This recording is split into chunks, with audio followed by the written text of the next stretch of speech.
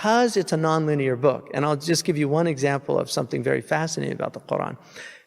The Jews have a lot of stories in their book. It's a very, in fact, the Bible is read as literature now. There are many people that will read the Bible as literature, not even believing that it's a revelation, but it's a fascinating book with great stories.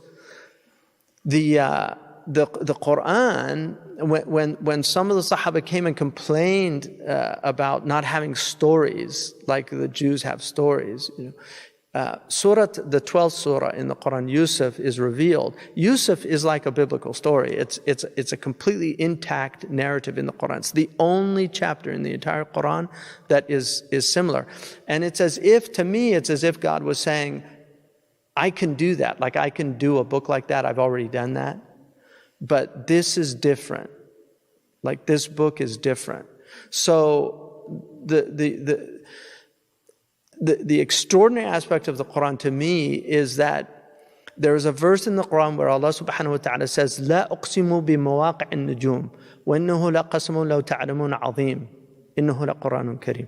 That I swear by the Mawāqi النجوم. This is in Surah Waqiah.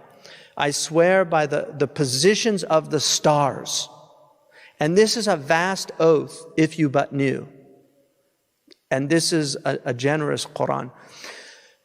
When I lived in the Sahara Desert, I used to go every night, would look up in the sky, and it had the most clear skies in the world because there's no light pollution. And you could, the number of stars that you could see was just astronomical. And it was so extraordinary to look up at the night sky.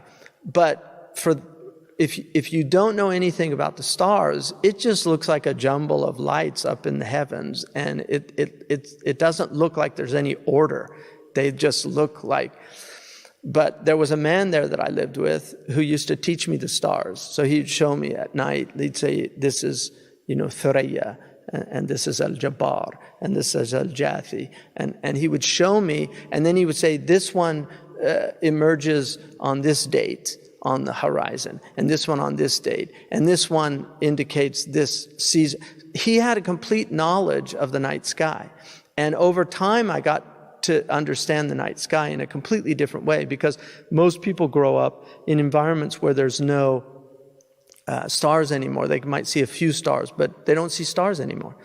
The Quran is like that.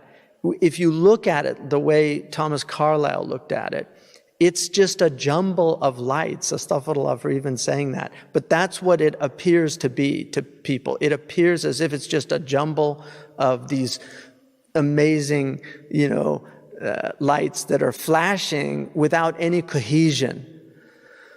But if you have the time, the patience, and the wherewithal to study the book, you will begin to see these incredibly deep patterns in the book. So it's very much the opposite of in the Western tradition, where books have an outward cohesion, but as you begin to study them deeper, they often fall apart. This is what deconstruction is all about.